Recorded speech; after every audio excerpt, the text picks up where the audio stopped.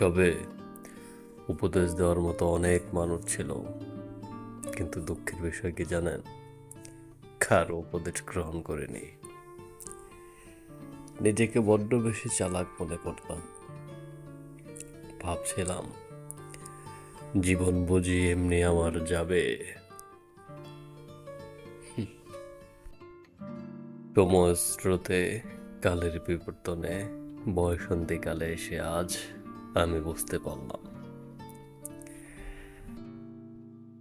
সময় থাকতে সময়ের মূল্য না দিতে পারলে অসময়ের বোঝা বইতে হয়।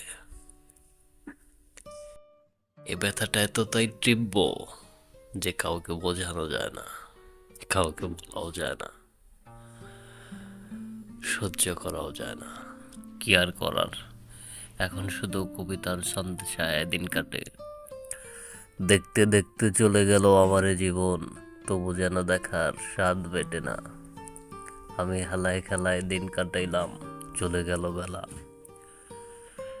আফসোস এখন দিন যে কোথায় পাই, রাত যে চলে এসেছে আমার জীবনে, তাই শুধুই আফসোস, আফসোস, জীবনটাই আফসোস।